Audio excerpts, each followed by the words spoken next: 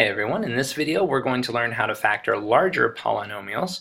Up to this point we've just been focusing on monomials, so how to factor a single term, but now we're going to learn a technique that'll work for a polynomial of absolutely any size called using a greatest common factor.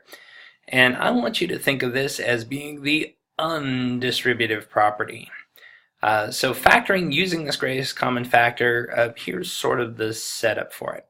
We've got the distributive property, which is a multiplication problem. We remember how to do that. And if we multiply 4 times 3x, I'm going to get 12x. If I multiply 4 times negative 2, I'm going to get minus 8. And look at that right there. So when I multiply, I get this. So it stands to reason when I factor, which is creating a multiplication problem from an answer basically, that when I factor this, which is again the whole point of what I'm trying to do, I should end up with something that looks like that. And that's what we're going to learn to do. How do I turn this product into a multiplication problem? And I'm going to do that using the distributive property. I'm basically undistributing something. And that thing that I undistribute is called the greatest common factor. Factoring is just turning an expression into a multiplication problem. So when I factor, I start from what I typically think of as my answer, and I create the problem out of it. And the distributive property, which is this thing right here, it's really just multiplication. All I'm doing is taking this number on the outside and I'm multiplying it times that, and I'm multiplying it times that, and then adding or subtracting them together. So in order to turn a polynomial, like this binomial right here, into a distributive property problem, I've got to find the greatest common factor, or the GCF, which remember is that thing right there. It's what's going to go on the outside of the parentheses. So if I can find the GCF, I know what's on the outside, and then I'll have something left over on the inside, and voila, I have factored a polynomial. So we just have to figure out how to find this, and this is going to be the largest factor that occurs in each monomial, and so we've got a process that's going to help us figure out what that is. So to factor using this, first thing we have to do is take each individual monomial, each term of the polynomial, and factor it. So let's take our first term, 6x, and let's factor that. Remember, for factoring a monomial, I have to get the prime factorization of the number, which in this case is 2 times 3, and then I factor the variable, which is super easy in this case because it's just x. Then I'm going to do the same thing for the next term, and 8 is going to be 2 times 2 times 2. Now what I just did there was a little disingenuous. I'm a math teacher and I'm much older than you. I've been doing this a while. So for me it's no sweat to just factor those in my head. For you it will be sweat to try and factor those in your head. Don't try and do it in your head. Write it down. So if you need to take the scrap paper to take 8 and to go through and do that upside down division that we discussed and how to factor a monomial, please do so. Do not make mistakes just because you're trying to do it in your head. Alright, I've factored each monomial. Now I want to find the factors that all the monomials have in common. So what I'm going to do is I'm going to make a list of everything they have in common. I see they both have 2's. So there's a 2 and there's a 2. So I'm just going to cross out one copy from each and write that up here. They don't both have a 3. This one does, but this one doesn't. This one has extra 2's, but that one doesn't have any extra 2's. That one has an x, but this one doesn't have an x. So that 2 is all they have in common. And then, once I have everything they have in common, I'm going to take everything that's left. So from the 6x, all that was left was 3 times x. Well, 3 times x is 3x. And then I'm going to take everything that was left from the 8, which is 2 times 2. Well, 2 times 2 is 4, and it was positive, so I'm going to write plus 4. And look what's happened. This is now the distributive property, a multiplication problem. I just factored that by writing everything they had in common on the outside and everything that was left over on the inside. This 2 is the greatest common factor, the GCF. It's everything they have in common, and there we go. That's the whole process. So some of the things that are going to make this interesting and make this more difficult, it's possible that these are negative, and so I have a -1 included. I could have variables with large exponents, so I have large numbers of variables there. It's just more stuff to keep track of. The basic idea is exactly the same. What they have in common goes on the outside.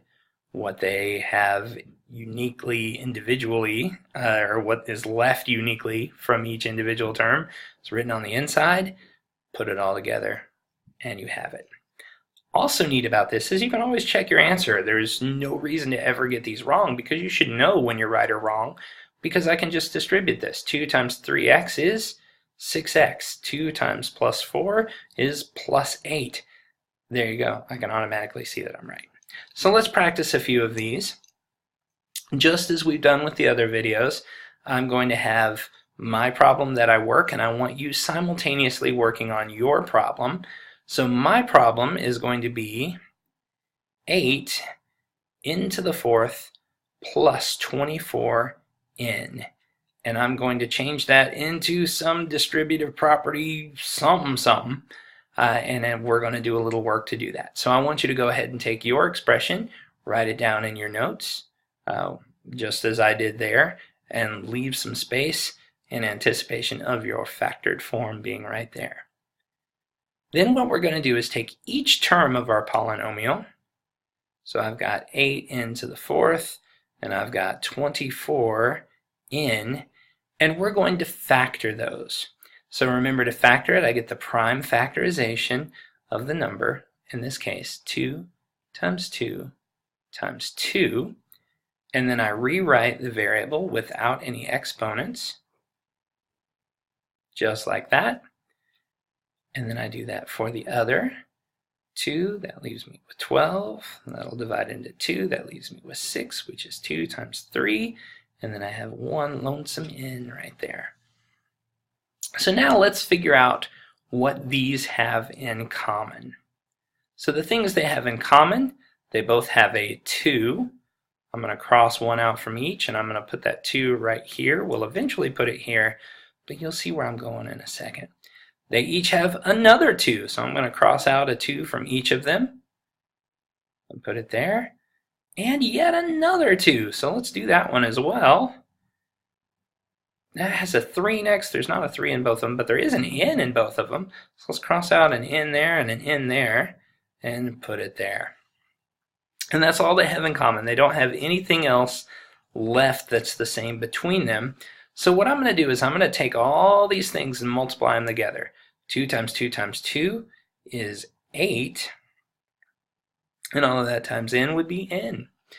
So I found my greatest common factor. That's what this is right here. So my greatest common factor is just going to be 8n, and remember that's what goes on the outside of the parentheses. So now find your GCF, write it on the outside of the parentheses. Now on the inside, we look for what's left. So from the 8n to the 4th, the only thing that's left is n times n times n, which is n cubed. And the only thing that's left from the 24n is a 3. Everything else is gone, and that's a positive 3. So I would write plus 3, just like that. And here I have undistributed. I have turned this into a multiplication problem and have thus, pardon my stray marks there, and have thus factored this polynomial. I changed it into a multiplication problem. Now let's take a look at the correct answer to yours and make sure that you did that properly.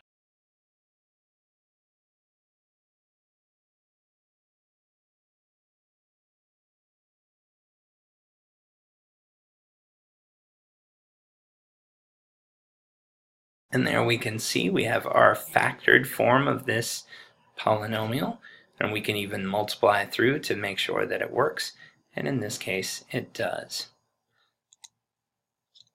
Taking a look at another example, we now have, for my expression, this right here, and for your expression, this right here. So let's take and start just by writing our expressions down. Go ahead and do that for yours. And we're going to take each individual term.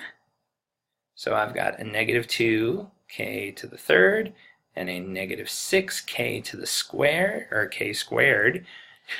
Notice that that negative came with the 6, and I'm going to factor them both. Now it's negative, so I have to put a negative 1 in that factor list. 2 is prime, so I just have that. And here I have a negative 1 on there, times 6 is 2 times 3, and I've got 2 k's. Go ahead and do that for yours. Very good, and now I'm going to see what they have in common. So I've got a negative 1 on both, and I've got a 2 in both, and I've got a k in both, so I'll get rid of those and put it up here, and I've got another k in both, and now I'm out of things that they have in common, so my greatest common factor is going to be negative 2k squared. There's nothing says it can't be negative, right?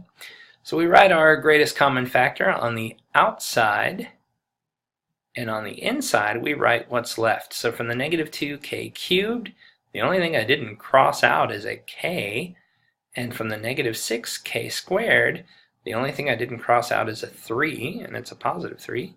So I'll write plus 3, and there you go. I've factored. It's now a multiplication problem in the form of the distributive property. So let's go ahead and have you finish up yours, if you haven't already, and let's take a look at it.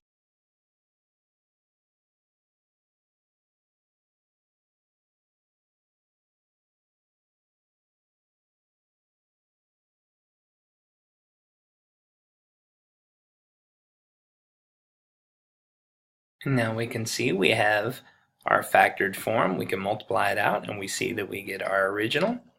Very well. Now let's look at this one. If you look for a second, you can see what's different. Now we have 3 terms. So just as before, let's write ours down and leave an equal sign in anticipation of our factored form going right here. Now that you've got that set up, let's factor each term, but notice what's different on this one is there are now 3 terms that I have to deal with. So this is a possibility. As your polynomials get bigger, you'll have more of these that you are examining. Negative 18 will be 1 times 2 times 3 times 3. And again, work that out if you have to. There's no shame in having to do that. The only reason I don't here is simply for space's sake. You have plenty of space though, so go for it. 42x to the 4th, if I factor 42, I'm going to get 2 times 3 times 7, and then x to the 4th is just 4 x's. 30, I tried dividing by 2, and it works, and that leaves me with 15, which is 3 times 5, and no x's at all. So go ahead and factor your terms, and now let's look for what they have in common. Negative 1 doesn't appear there. 2 is there, and there, and there. And notice that it's not good enough for the factor to appear in 2 of them. Since there are 3, I have to get it from all 3 of them. And then I can list it as part of my greatest common factor. All 3 of them have a 3. So I'll take 1 out of each and put it up here. All right, 3, no more of that. There's no 7 in all of them. There's no 5 in all of them. And there's no x in all of them. There's an x in 2 of them. But if I'm going to take it from a 3-term polynomial, it's got to be in all of them. And it's just not there. So the only thing I can take out of this is a 6. That's my greatest common factor. Go ahead and find the greatest common factor for yours. Now we're going to write that on the outside, and what's left goes inside here. And maybe that was a little early to put that there. So from our first one, -1 times 3, so that's -3, and then I've got 5 x's, -3x to the 5th.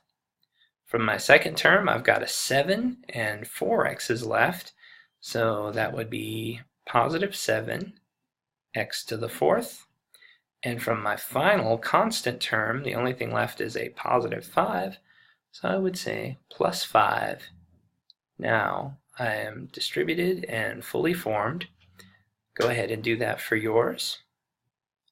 And at the end, we can check and make sure that when we multiply back through, we get exactly what we had when we started. Turns out we do. So very quickly now, I'll work through yours.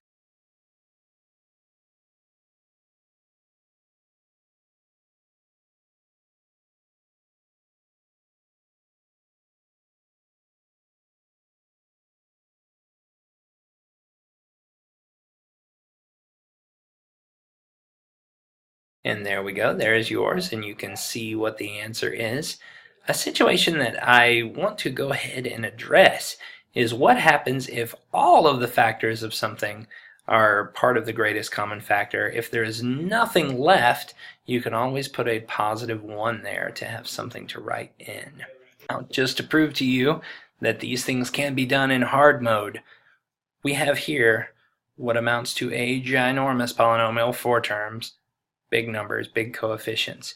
But what happens is we can use the exact same process, even though there are 4 of them, to factor this.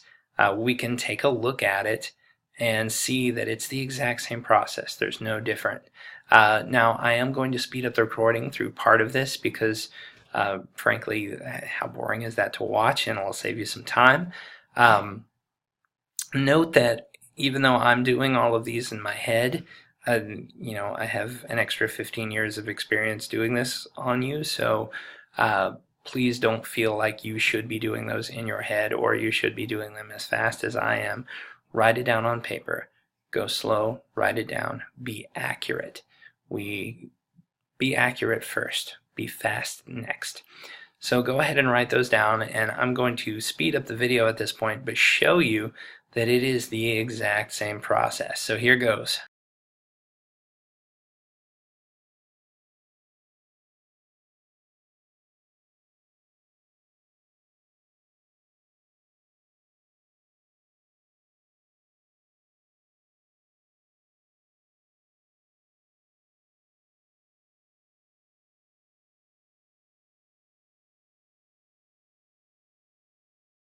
And there you can see that the whole process works exactly the same, just for bigger numbers. So to recap, we can factor a monomial, take the prime factorization of a coefficient, rewrite the variables without the exponents, just as multiplication problems. And if we're factoring a big polynomial, multiple terms, we find the greatest common factor by factoring each individual term, putting that greatest common factor on the outside of a distributive property problem, and putting what's left on the inside. Practice hard, my friends. Go slow. Make sure that you're doing it correct. Write out all this stuff. Do not try and hold it in your head. That is a recipe for disaster. Best of luck.